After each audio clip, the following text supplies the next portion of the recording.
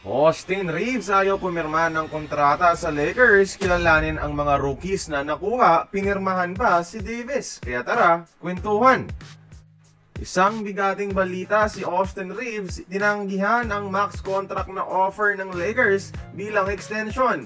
Player option for the 26-27 season ang hindi niya tinanggap, kaya next season isa na siyang ganap na free agent.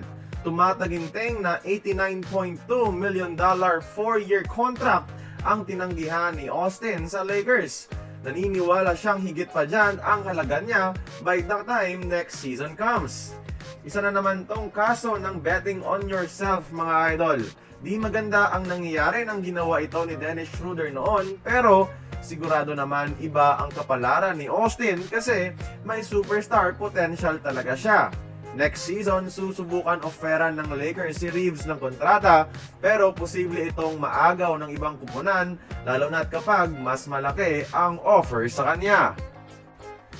Kaya dahil dito, sumugal at nag-trade ang Lakers sa 36th pick ng NBA draft para makuha ang isang high-flying wing prospect na si Adu Thiero.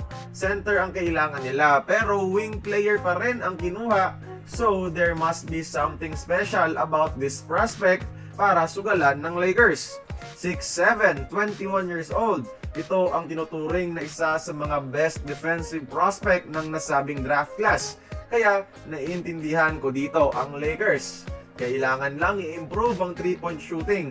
Pero sinasabi ng mga NBA scouts na isa siyang athletic version ni Jay Crowder. Sinabi pa mismo ni Lakers GM Rob Pelinka na si Adu Thiero is a beast. Umaasa ang Lakers na magiging instant X-factor kaagad off the bench itong rookie sa upcoming season. Isa pa sa linagdag ng Lakers ay ang star player ng Villanova na si Eric Dixon.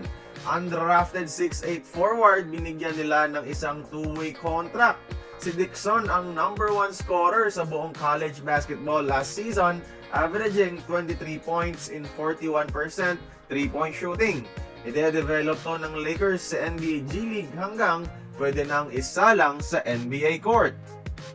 At syempre, nandyan rin si RJ Davis, isang 6-foot point guard na binigyan ng Lakers ng isang Exhibit 10 contract with the possibility of upgrading it sa isang two-way contract.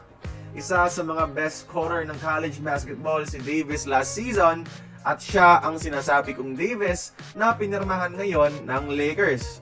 Sorry to say, pero expectations versus reality. May dalawa pang binigyan ng Exhibit 10 contract ang Lakers, pero di naman ganon ka-intriguing ang kanilang resume. Kaya kayo mga idol, okay ba sa inyo ang kinuhang rookies ng Lakers ngayon? Join the conversation, magkomento lamang sa ibaba.